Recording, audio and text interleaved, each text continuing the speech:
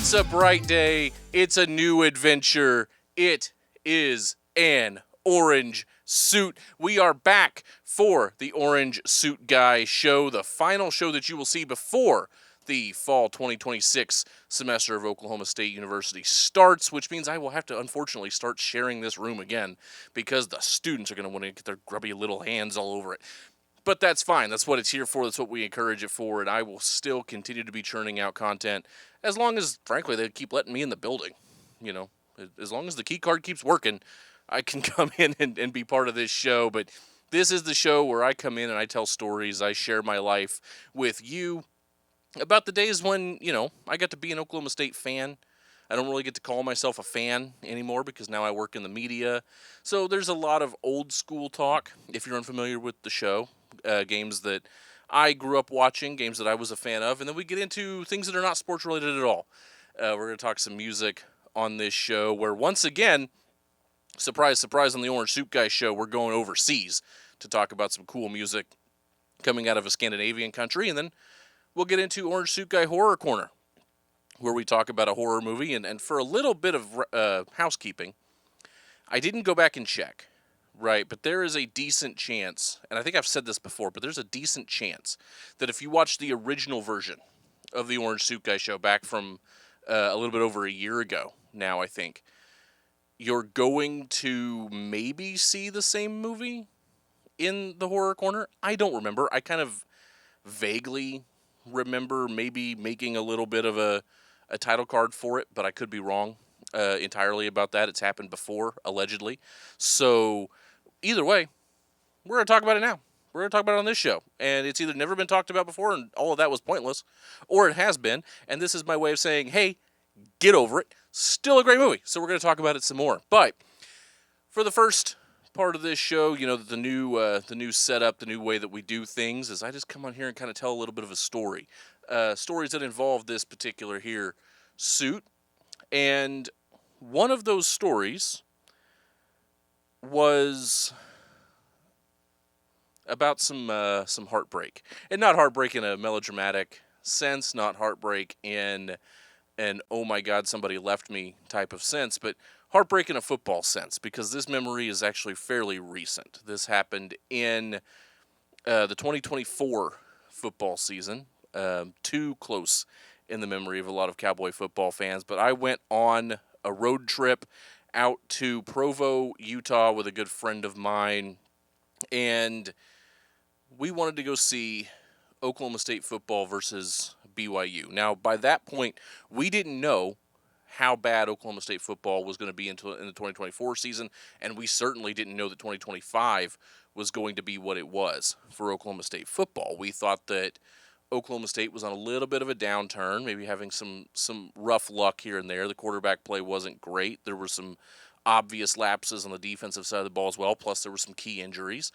And so our hopes, not all was lost, right? But it was still one of those, man, we need to start getting some wins. We need to start getting some things to go our way, because if we don't, then the rails could come off this train, and spoiler alert, the rails are nowhere to be found for that train for 2024 and 2025 and the end of the Gundy administration in Stillwater. But we go out to Provo, have a fantastic time. I enjoy being out in the mountains. I enjoy being in that part of the country. BYU has a gorgeous campus.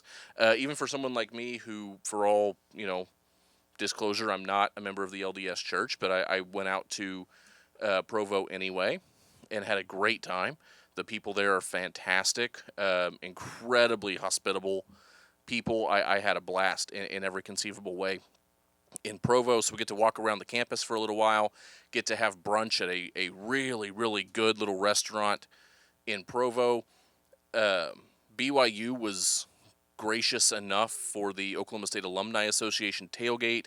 They moved it to their, I believe it's called Miller Park, but it's a different Miller Park. It's not named after the beer company because that would be awkward in Mormon circles. But I believe Miller Park is the name of their baseball stadium at BYU, and they moved the Oklahoma State Alumni Association tailgate to the baseball and softball complex, which is a gorgeous baseball and softball complex out in Provo.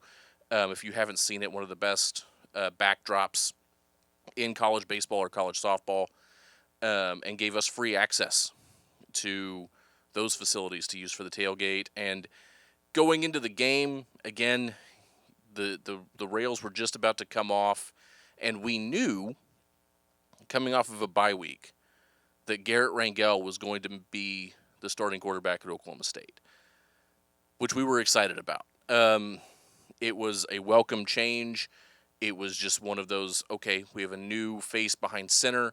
Let's see what happens, because the offense has not been rolling. The offense has not been very good. And I remember a BYU fan walking up to me after I entered the stadium and was still kind of looking around for my seat, trying to figure out how the stadium was sort of arranged section-wise. I knew the general area where my seat was, but we ended up not being in those seats anyway because we moved over. We were in one of the end zones, and we moved from one corner of the end zone to the other corner of the end zone where the majority of Oklahoma State fans were. We lucked into some empty seats there, so we were able to take advantage of that. But I remember a BYU fan coming up to me and saying, "Hey, you guys better take it easy on us today. We think you're going to come in here and just run through this BYU team." And I said, "Man, I don't know." I said, "We haven't played very well. BYU's got a good program this year. Jake Retzlaff is throwing the ball pretty well. There's dudes on this team that can play ball and that can make plays." And he said, "I know, but this Oklahoma State team is really good. They just haven't put it all together yet. And if they put it all together, it's probably going to be tonight on a Friday night in Provo." And I said, "Hey, man, we'll see. I hope you're right for our sake, but I don't know." And sure enough, it was a loss for Oklahoma State in the most heartbreaking of fashions. A lot of bad things happened in that game. Garrett Rangel had the team rolling in the first half. Garrett Rangel, BYU couldn't stop him because BYU didn't have any film on Garrett Rangel playing quarterback. I think they would have made a decent adjustment probably at halftime, but they couldn't figure him out in the first half, and it all just kind of came crashing down in a moment. Garrett Rangel gets free on an option play, takes off downfield. He's 60 yards downfield. He gets tracked down from behind as he's about to score, gets tackled a couple of yards short of the end zone. But the way that he got tackled from behind, and this is a hard thing. There wasn't anything dirty about the play. It was a football play. But when you get tackled from behind like that and you fall forward, he fell on his shoulder and broke his collarbone, and that was the end of Garrett Rangel in Stillwater. And it was devastating. We were trying, I think, in the student section, not the student section, the visitor section, excuse me, to try to kind of will Garrett Rangel and say, maybe that's not it.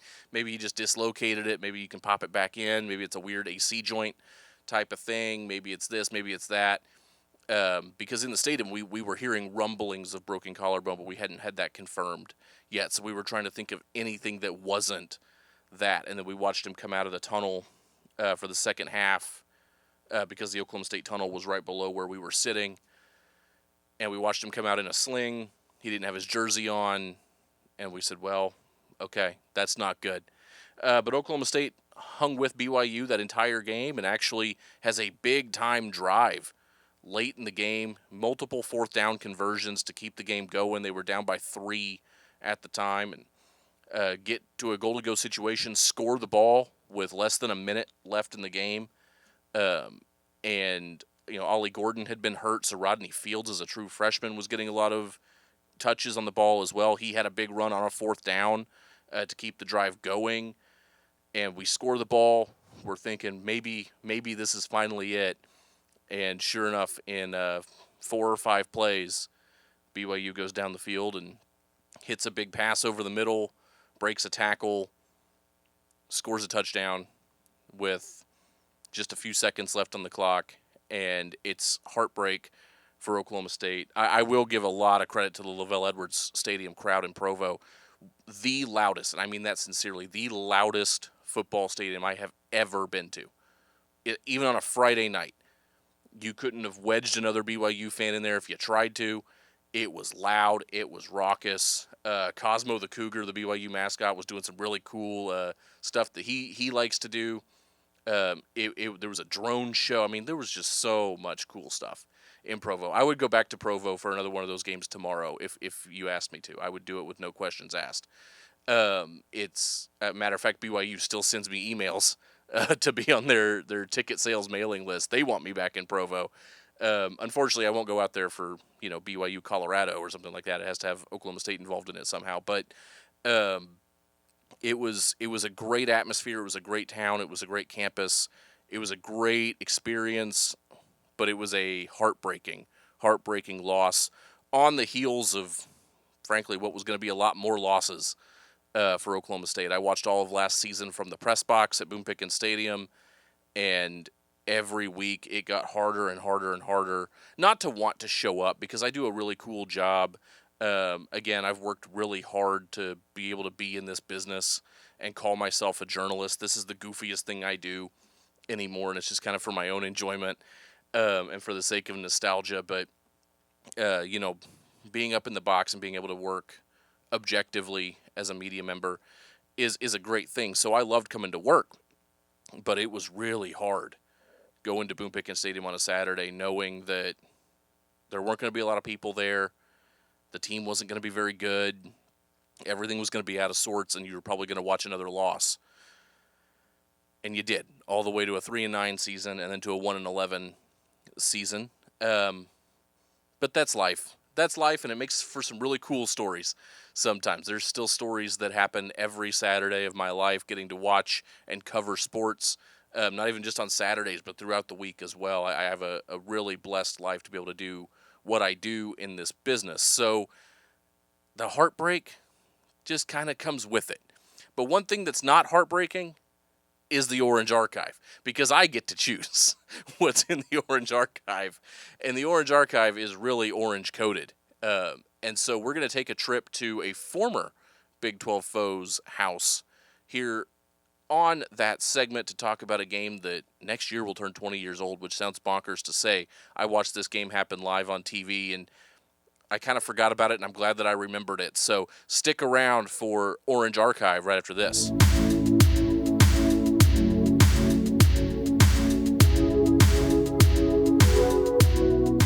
Well, we're opening the Orange Archive again, and this is a game, talking about Cowboy football, that I really kind of needed social media to jog my memory, to even kind of remember that this game happened. Again, I watched this game happen live, but this game happened in 2007, and by saying the year, there are some of you that have already picked up on what this game is going to be.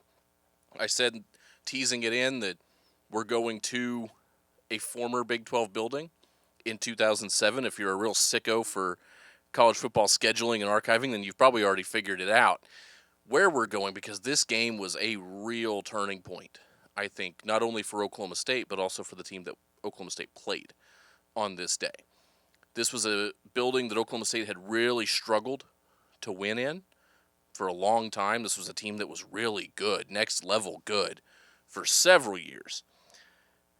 Again, I watched it, but it was just kind of, it got lost in the shuffle. It was one of those games where it wasn't a bowl game, it wasn't a championship game, it wasn't a Bedlam game. It was a regular season game. And so when I looked at it live, it just kind of got filed in with all of the other regular season games that I've watched, that if you ask me a question about, there's a chance I can tell you a thing or two about that game. But I don't think about it. It's filed away in the brain somewhere, and maybe it'll come out, maybe it won't. But this was a game that was a true blowout at a time where Oklahoma State was not blowing teams out.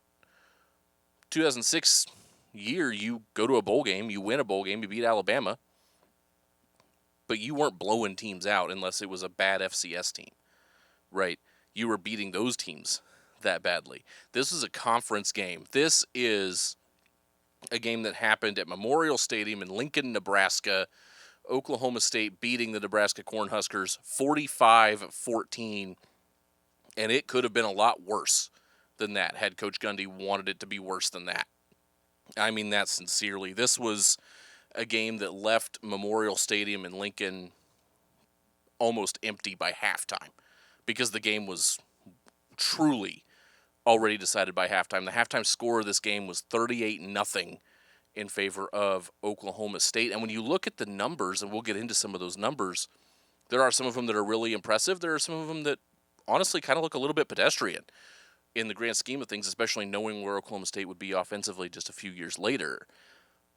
But with a 38-0 lead at halftime, there wasn't really a need to keep piling it on. Nebraska didn't score until the fourth quarter of this game because defensively you were playing just as well as you were playing offensively.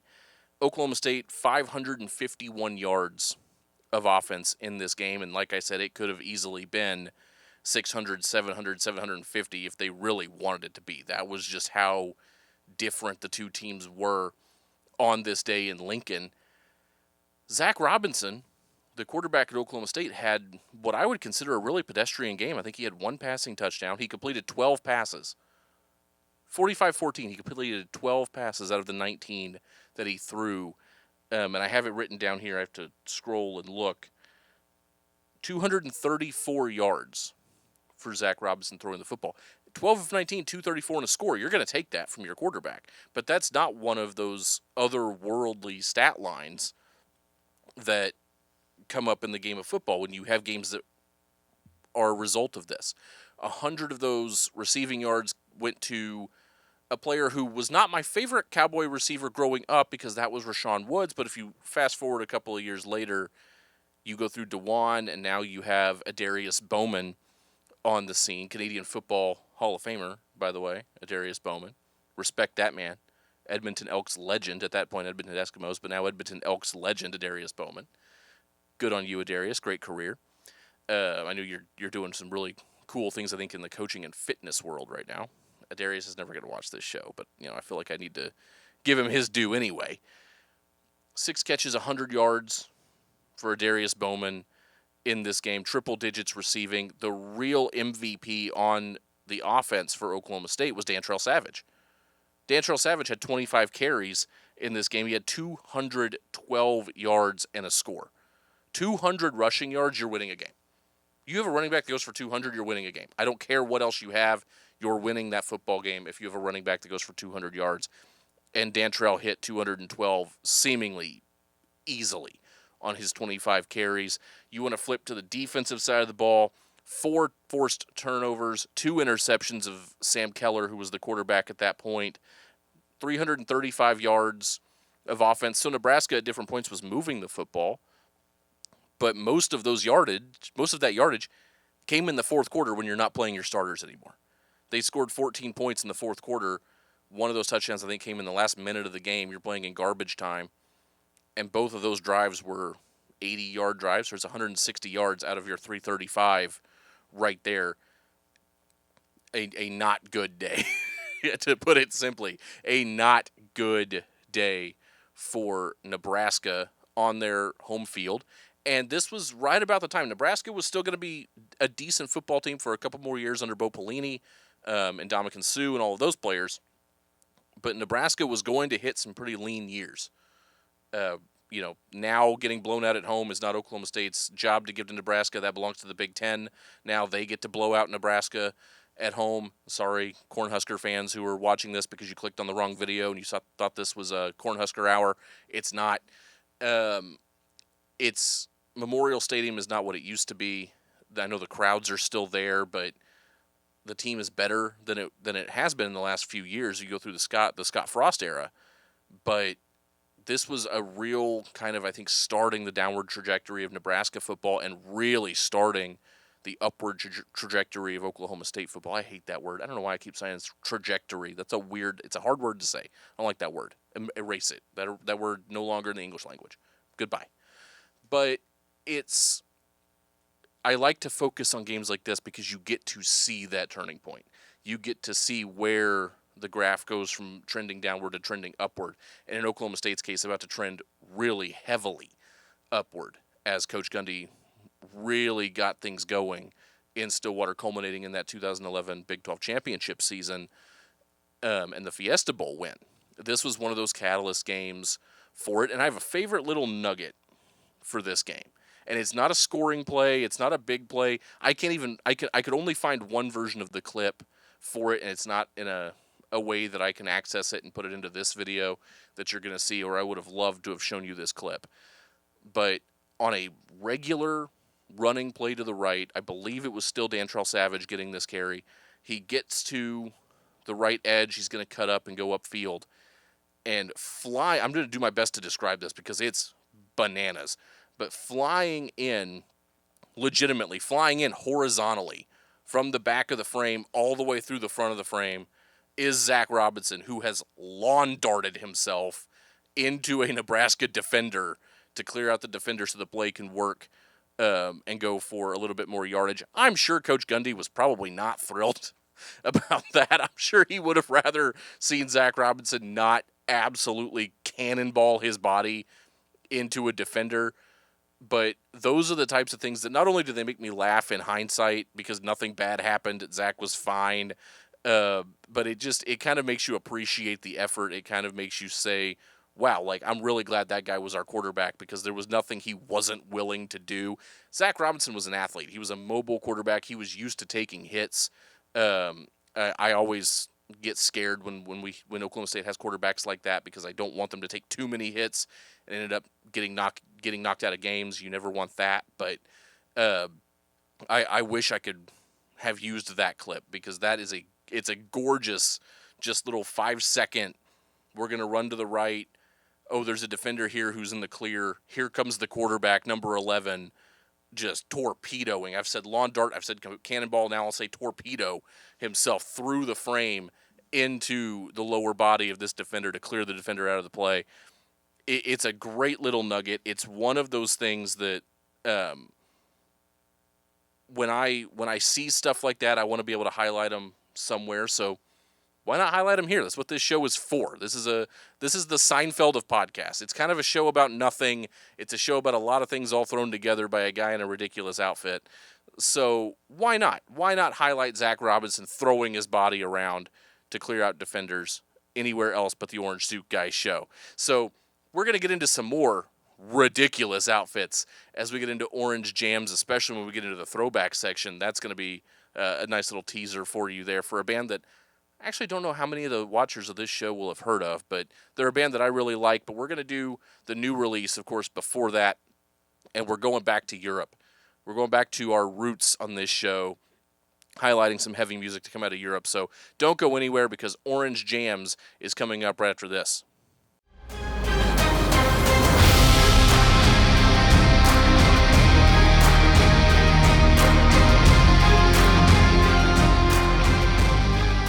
Orange Jams is here, and this is the segment of the show where I spend several minutes talking about music in such a way that if you want to have the best music taste in your friends group, go ahead and take advantage of this part of the show. Or it might give you a chance to find a throwback record that found its way out of your playlist a little bit and needs to make a return. This week, it's a record that probably never got into your playlist, and maybe you need to reconsider. Maybe you need to put it there. But before we get to the really weird in the throwback segment, we're going to get to our new release of the show. A new release, again, stretching that definition a little bit. This record's been out for a few months now. But again, I say it every time. It's my show. It's my rules. New releases are whatever I say they are. So, that being said, one of the things that I really, really love in life is what I call Scandinavian operatic metal music. Those are a lot of big, pretentious words for metal music that mixes in classical inspiration and opera inspiration. It's adjacent to the power metal subgenre. I've showcased a lot of different power metal bands on this show. I know I've talked about Sabaton on this show. I'm sure I've probably talked about Powerwolf on this show. I think I've talked about Beast in Black on this show. Maybe if not, then they may be coming at some point. All of these different European power metal bands. One of the first that I ever really got into is a band from Finland called Nightwish. Nightwish might sound familiar on this show because I know I haven't featured a Nightwish record, but I did feature as a new release in the earlier iteration of this show a record called Roses from the Deep that was by Marco Haitala, who was the original bass player from Nightwish. And I did talk about Nightwish a little bit during the review of Marco Haitala's record. Well, Nightwish, through its lifespan, I've had the pleasure of seeing them live. They are an incredible live band. Marco was still in the band when I got to see them live, so I feel like I got a really good point of their history. But they've gone through their changes. They've gone through some lineups, mainly at the front woman position. They are a female-led band.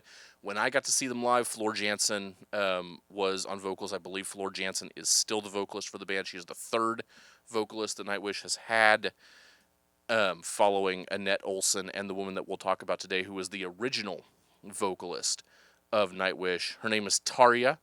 I hope I pronounced that right. I've heard it said a bunch of different ways. Tarja, Tarja. I don't remember how she says it. Her name is Tarja Turunen. She is from Finland, and she put out her 6th metal solo record this year called Frisson Noir, which I was delighted when I saw, because Tarja did a song on Marco Hietala's Roses from the Deep record, and it is one of the highlights of that record because it sounded like an old school Nightwish song. This is Marco Hietala, who wrote a lot of that old Nightwish music with the original voice of Nightwish on the track, and that duet was incredibly well done. Again, one of my highlights of that record. Anything that Tarja is going to do, I'm probably going to be a fan of because of the ties to Nightwish, and because some of my favorite songs that Nightwish ever did are songs that has her voice on it. And so when this record came out, I was actually kind of unaware of it. I missed all of the promotion for this record. I try to keep my ear to the ground in a lot of new releases in the rock and metal world. This one slipped by me. It slipped by me, and then actually it was one day on Spotify, I was listening to Roses from the Deep again from Marco Hietala, and a notification came up. It said, "Hey, have you checked out Frisson Noir by Tarja?" And I said, "Well, no, I haven't, but let me look at that."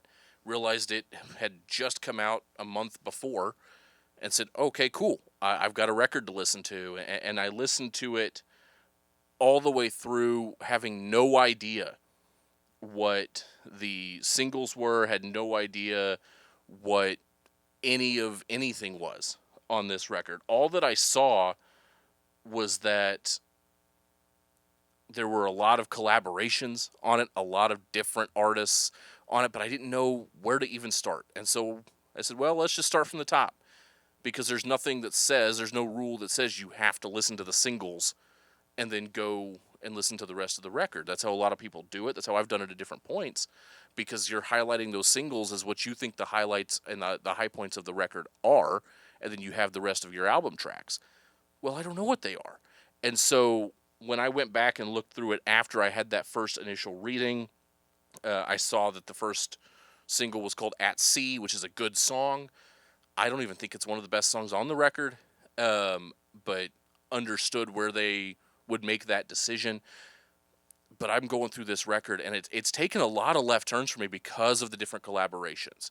Tarja is someone who has never shied away from looking at different influences, looking at different styles of music and different musicians to help pull things from and to collaborate with. Some of the collaborations on this record I would have never thought of in a million years. There's a collaboration with Chad Smith, the drummer from the Red Hot Chili Peppers, on this record. It's completely wild, but it's a good song. I have no issue with the song.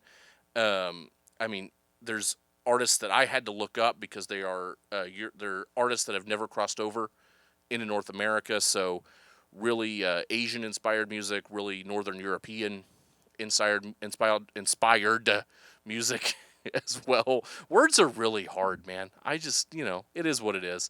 But when I went through that,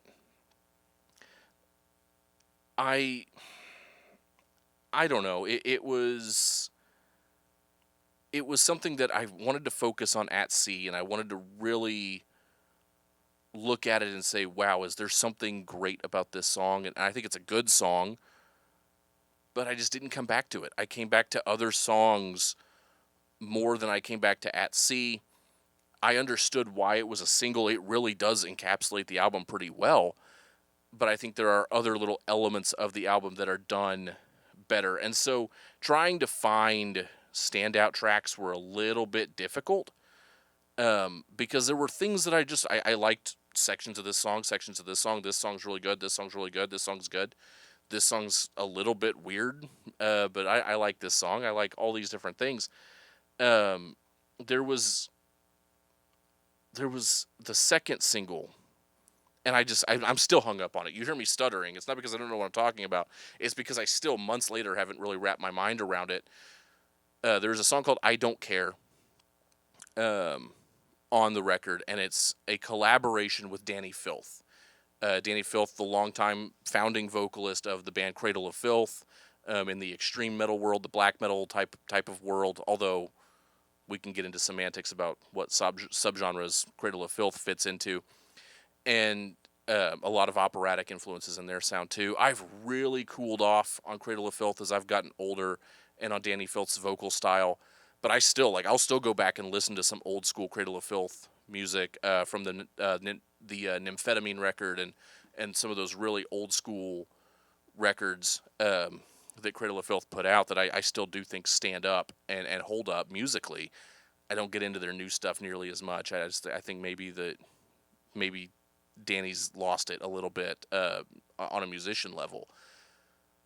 But hearing Danny Filth's voice with Tarja is a collaboration that messed with my mind a little bit because they are different. They are incredibly different with how they approach vocals. But this was done really well. I Don't Care is a song that musically it's not always my cup of tea, but it's something that it's a collaboration that works in ways that maybe I didn't expect it to work. The other collaboration that I really wanted to talk about maybe was maybe a collaboration that I thought was a little bit too obvious, but again, it works. And it's a song called Tango, and it features the band Apocalyptica on it. If you're not familiar with Apocalyptica, they are a band comprised of two members that both play electric cello, and they started as an electric cello Metallica cover band. So they just did Metallica covers on electric cello. Then they started to hire different vocalists to sing on different songs, and I think they hired a touring vocalist. They hired some other musicians to be part of the band. Started putting out their own music, starting doing things like that. They put out a record several years ago called Worlds Collide that had multiple mainstream rock singles on it. Weirdly enough, a song on that record was also called I Don't Care, and it's my favorite track from that record. Featured Adam Gontier from 3 Days Grace. There was a song on that record called I'm Not Jesus, which featured Corey Taylor from Stone Sour and Slipknot on it, but I can go on an Apocalyptica tangent all day. But Apocalyptica collabing with Tarja for a song called Tango, you get musicians like that all in the same room, you're going to come up with something really fun. And so again, it's a unique song. It's a weird type of song musically, compositionally, but I really enjoyed that song. And so there were just a couple of those songs that I wanted to kind of highlight and say, I don't know if I'm going to use these as my standout tracks, because I know what I want my standout tracks to be, but it makes a lot of sense that I would still have to talk about these songs too, because these were good songs. These were unique songs. These were songs that normally I'm drawn to. And so I wanted to highlight I Don't Care. I wanted to highlight Tango just because of the collaborations with them and the different things that went into creating those songs. But the two songs that I've decided to use as standout tracks, one of them is a song called The Eternal Return, which is track 2 on the record. It's right in the front of the record. It's a great song, and it's one of the few songs that doesn't have a collaborator. Now, it was also co-written, and I don't remember the name of the co-writer for the song, so it's one of the few songs not entirely written by Tarja, but the co-writer, I believe, was also the engineer of the record, or the producer of the record. But this song, the composition is a top-tier compositional song, and it really lets Tarja's voice roll and carry this song. And if you listen to a lot of old school Nightwish, you know how easily her voice can carry a track. And this song just doesn't hold back. It says, this is a Tarja record. Let's let Tarja go. Let's give her some composition to work with and let her run. And so Eternal Return does exactly what it needs to do. The other one is the song Leap of Faith. And I knew immediately. I saw this one on the track list when I was listening to it on Spotify. And I said, that song is going to end up on a standout. I already know before I ever listened to it. And there's one reason for that. It's got Marco Haitala on it. It's another one of the dream collabs. This was the follow-up collab after she did the song for Roses from the Deep. He turned around and did Leap of Faith for Tarja's record, and it sounds, I mean, you could have told me this was a song off the second Nightwish record that I just hadn't heard. It just slipped my mind, and I would have believed you. It is a super old-school Nightwish sounding song, which is always a compliment for me. It's a great, great song. It's a song that has not even intentionally remained in my playlist. I just played it so many times back to back that Spotify kind of just clipped onto it and said, well, clearly he likes this song, so we're going to keep putting this song in the daily playlist. And so it's continued to come up. It is the standout track on the record, is Leap of Faith, because it sounds like an old school Nightwish song. It's everything that I want it to be. And so in my mind, it just doesn't need to improve much.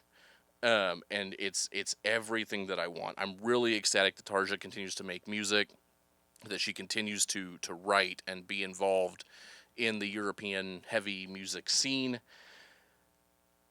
And that brings me to the throwback segment. And I needed a reason to talk about this record. It's 20 years old this year, which normally is already criteria enough. It's hit the 20-year mark. But I said, hey, we're working with Tarja. We're working with an artist from Finland. Let's just stay in Finland. Let's do this. It's a 20-year-old Finnish record, and it has one of the craziest stories behind it for a admittedly really crazy band. You're going to see the album art come up for this one on the screen in just a second, and if you don't know this band, you're going to take one look at them and say, what in the world am I looking at? And you know what? It's the first reaction I had when I looked at them too. But it's all part of the image. It's all part of sort of the gimmick of the band. So one thing, to give this a little bit of context, that I really enjoy, that is something that people will make fun of me for until the day that I die, and I don't care, I will stand by it, is the Eurovision Song Competition. Eurovision is one of the dumbest things on the planet. But there's just times I like dumb things. I'm a lifelong professional wrestling fan, right? I still follow professional wrestling. You want to know what's dumber than professional wrestling? Not a whole hell of a lot. Wrestling is dumb, but it's dumb that I enjoy, and so is Eurovision. Eurovision is a pop song competition that is held every single year. It just wrapped up again this year at the World Championships, and countries from all over Europe, they treat this thing like a legitimate international competition. There is real national pride that goes into the Eurovision Song Contest every single year. And countries from all over Europe nominate one artist. That artist plays one song and continues to perform that song every time that there's a cut down as they get into the World Championships. And winning Eurovision is a big deal. It's a big deal for that artist or that band. It's a big deal for that country. Sweden has won Eurovision a ton. It's one of the reasons that I say that Swedish music and Swedish musicians are the best musicians on the planet, because you put them in competitions like this and they win. ABBA, actually, back in one of the years in the 70s, I don't remember off the top of my head, I want to say 75 or 76, before they really took off mainstream, won Eurovision on behalf of Sweden. There's been a ton. If you've heard me in my life talk about my favorite Croatian artist, his name is Baby Lasagna. Baby Lasagna was a Eurovision act, and should have won. I stand by that. I cannot believe that Baby Lasagna didn't bring home the trophy to Croatia. But the thing is, a lot of times weird wins at Eurovision. Eurovision has leaned into, this is one of the weirdest competitions on the planet.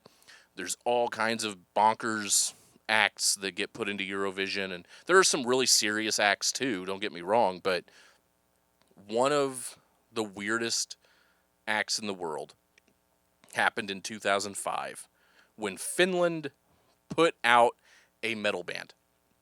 And they said, this metal band is going to represent us and all of Finland at Eurovision. And then that metal band went and won Eurovision in 2005 with a song off of their third record, which would come out the next year. That is a band called Lordi, and a and a record called The Apocalypse that came out in 2006, which features the song Hard Rock Hallelujah, which is the song that won Eurovision. And so Lordi is a band, I continue to call them a metal band, and they would call themselves a metal band because their sound is heavy, but they are incredibly influenced, and it's really obvious if you listen to them. They are incredibly influenced by 70s glam rock. They're clearly big Kiss fans. They're probably fans of bands like The Sweet. They're probably some David Bowie fans. Just anything that was over the top and theatrical definitely plays into Lordi's sound, into Lordi's spectacle. Their vocalist is actually a man who goes by the name Mr. Lordi, so it's really convenient. If you can't remember his name is Mr. Lordi. He designs all their costumes. They've developed this whole mythos around the band, and they do get a lot of comparisons to a band like Gwar in the U.S., and I've been to a Gwar show. I've never been to a Lordi show. Gwar, kind of the main difference is, yes, they have these elaborate costumes.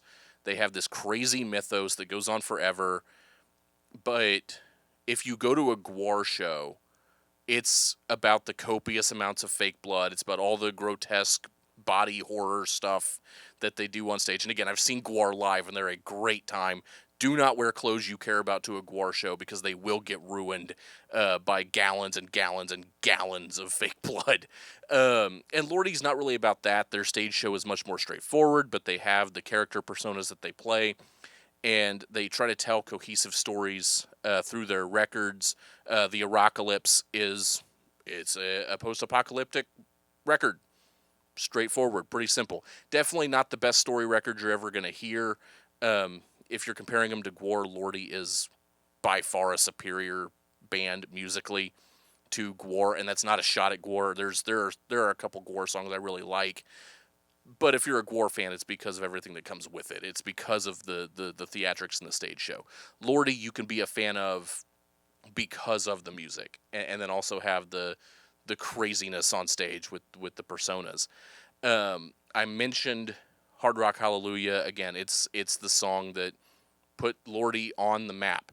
It's the song that did everything for them. But this is one of those bands. It was their third record, technically, and they're known for a lot of unusual album names or song names or album covers that if I ever have to put on this show, I might have to censor, because they get a little bit weird sometimes. This record has a lot of those too. Again, it tries to tell a cohesive story about this apocalyptic world.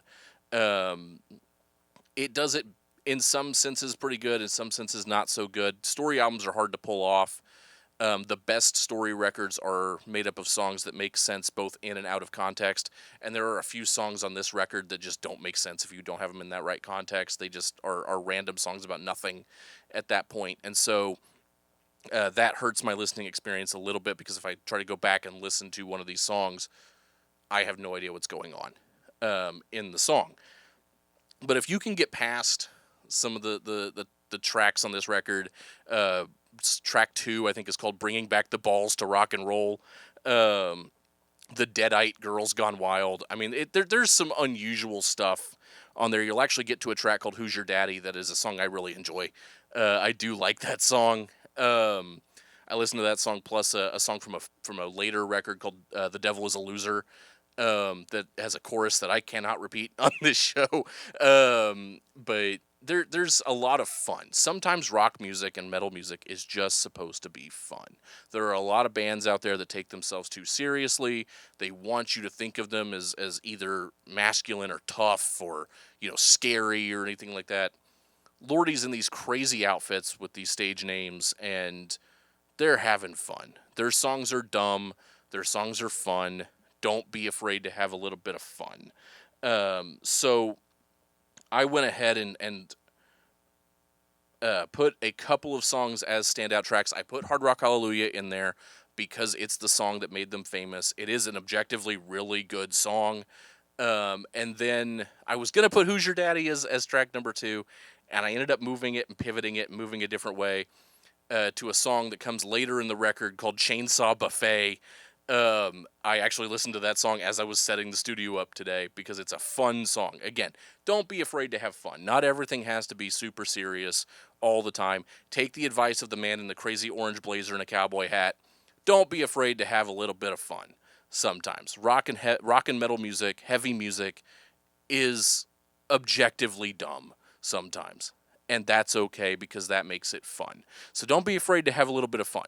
You know who's not having any fun? It's the family in Horror Corner coming up next. They come from a part of the world that doesn't believe in fun.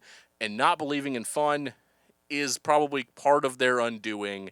We're going to talk about one of my favorite movies coming up. Again, a movie that I might have already talked about earlier on in this show. I don't remember. But if I did, go back and watch that episode. Give me a free click and watch my review of it there too. You'll hear it twice. Everybody wins. So check out Horror Corner right after this.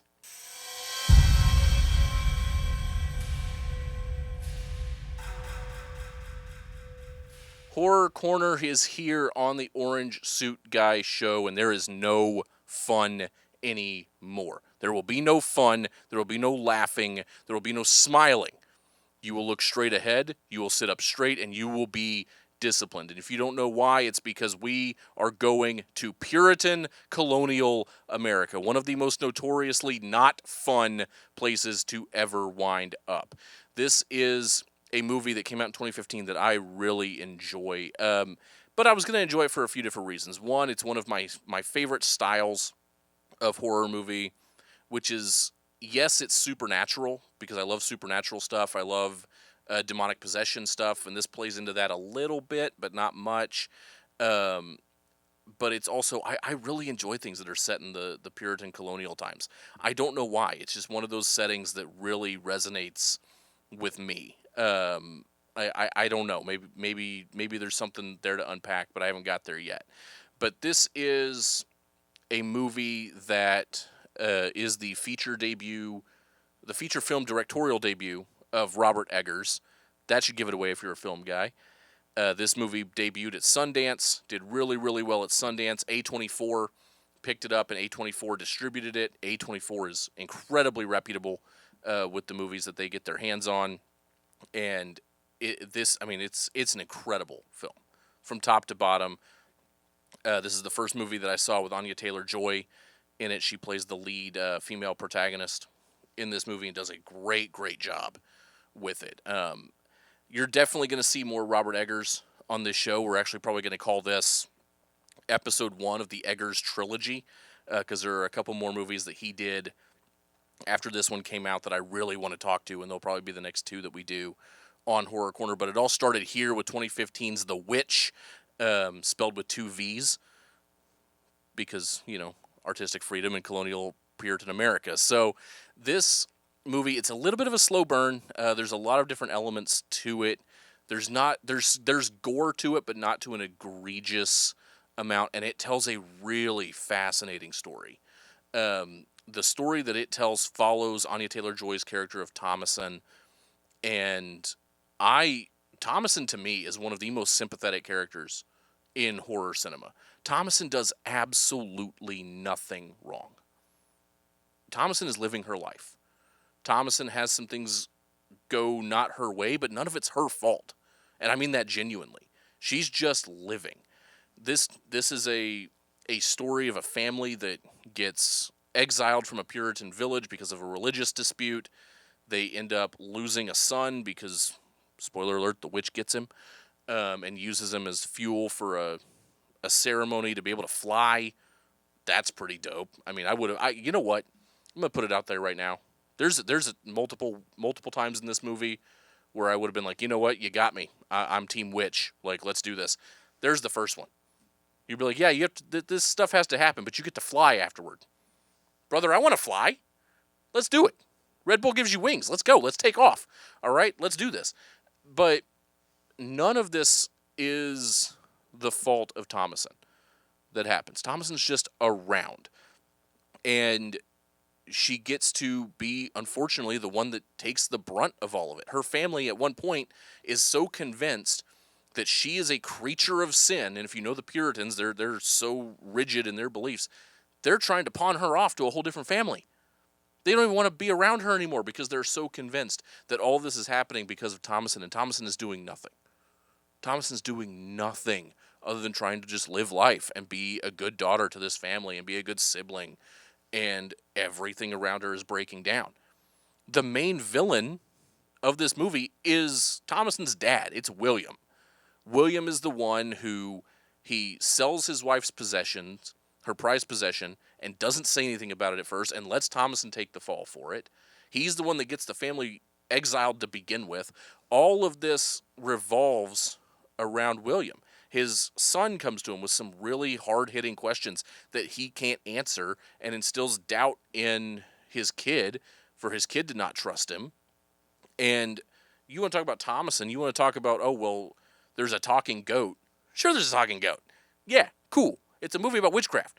A witch can be a goat. Fine with that. This is all, none of this really, I think, happens if William is more resolute in what he believes in, if he's more resolute in being the type of person that this family needs him to be.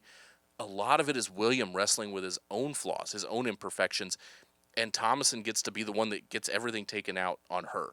And her siblings die one by one. Again, Samuel, the baby, gets taken by the witch. At one point, her horse gets spooked by, I believe the dog spooked the horse, and her brother was the one that had the dog, knocks her off the horse, knocks her unconscious. The dog gets killed. By the time Black Phillip, the goat, becomes a part of the story, really, Black Phillip was there the whole time. But by the time you really get to the end of the Black Phillip story, you're rooting for Thomasin. You're telling Thomasin, dude, just get away from these people. These people clearly don't want you here. They're blaming you for everything that's gone wrong in their life. Get away. Go away. You don't need to be here. And so by the time you get, and there's been a lot of YouTube videos that have happened explaining the origin of Black Phillip, the talking goat, whether or not Black Phillip is pure demon, if he's pure witch, if there's other things. Like, I'm not going to get into any of that here because there's a lot of speculation behind it. But Black Phillip is certainly a catalyst. The goat is certainly a catalyst. And don't want to say the ending sequence, the climactic sequence where everybody has died. Pretty much. The whole family is in shambles. Everything has gone to hell. I say that metaphorically, but really kind of did. And Thomasin is in the barn with Black Phillip, and Black Phillip starts speaking audibly to Thomasin. By that point, like, one, I was already gone when I was going to get to fly. But I'm certainly gone by this point. I'm certainly, like, the Black Phillip doesn't have to give me a sales pitch, because I'm packing up my things and I'm heading off into the woods. Whatever you got's better than this, I promise you. And so this movie and this speech, this scene in particular, has kind of become an infamous scene because of Black Phillip's last line to Thomasin. It's printed on mugs now. It's printed on shirts. You can find it anywhere on the internet. It is the line, "Wouldst thou like to live deliciously?" Which is Black Phillip's way of saying, hey, you're under these crazy, strict, zealot people. You don't have to be. You can embrace this freedom. You can get away from all of these people. And it's a compelling enough case for her that I think part of it is just she's so done. She's so done with dealing with all of this from everything else going wrong that, yes, I would like to live deliciously. Let's go. Let's do this. And listen, at that point, I'm floating naked in the woods too, right? She goes off into the woods. She meets this coven. Black Phillip transforms. You never fully see the full body of Black Phillip, but at one point he does have a human hand. You do see human feet. And it's, hey, let's go float around in the woods with the talking goat. Cool. You already told me I was going to fly. I'm on board. Let's do this. But I make a lot of jest about it, but this story that is told, and it's called A Puritan Folktale, and is done so well. The only criticism I've ever really heard about this movie comes from some friends of mine who don't like the dialogue in the movie because the dialogue is not modern dialogue. It's done in a really traditional Puritan era dialogue. Robert Eggars was really particular about getting the speech accurate to the time period. I don't know if it's just because I do Shakespeare on stage that I have no problems with this. If you do, maybe watch it with subtitles. You're not going to miss a whole lot. I know a lot of people watch it with subtitles anyway, and so you'll be just fine with that. It's the only criticism I've ever heard. If there's one thing that I want to push back on, it's listen. Black Phillip's here the whole time. This goat's here the whole time. He's part of the family's, group of animals. They're all fully aware of Black Phillip the goat. At any point, these are crazy superstitious people. These are highly superstitious people. The Puritans notoriously were. So, if everything is happening when the goat's around, how long does it take before they just kill the goat? Did they try to kill the goat? Is it because Black Phillip's not entirely goat? He's part demon that maybe they tried and they couldn't kill him and he killed them? Like, there's a lot that I if there was one thing that I had to find to nitpick, it would just be, well, why do we stay around the goat? Why don't we just get rid of the goat? Instead of blaming everything else on Thomason, why don't we deal with the goat? But that's nitpicky. This is a great film. It's a great film that I fully recommend to anybody. The only thing you might have a hiccup with is the dialogue, but there's ways to get around that. This is a gorgeous film. It's a gorgeous film. I notoriously don't go back and rewatch a lot of movies.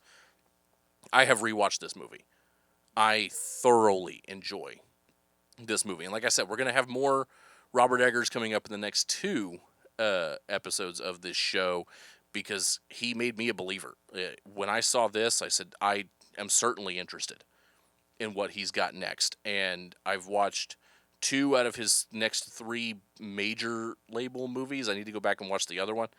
But I know the 2 that we're going to put on the show next. I'm not going to spoil that here, but by all means, go back and watch Robert Eggars' The Witch from 2015 through A24. Great movie, great story. I fully think you'll feel a lot of sympathy for Thomason too, and the story arc that she goes through. But that's what we've got for today on the Orange Suit Guy Show. We talked witches, we talked talking goats, we talked weird Finnish metal bands, we talked football in Nebraska, talked a lot of things. My trip to Provo, Utah. I hope maybe you didn't learn anything. That's not really the point of the show. It's not an educational program. Right? You want educational programming? Go watch reruns of Reading Rainbow with LeVar Burton. Do what I did as a kid. But I hope that you have some music to listen to now. I hope you have a new movie to watch. I hope that you have an appreciation for beating the living daylights out of Nebraska football in Lincoln. I hope you have an appreciation for all of those things. I have an appreciation for doing this show. I love it. And if there's one thing that you take away from this show, it is always this. Remember, my friends, life is better in an orange suit. We will see you next time.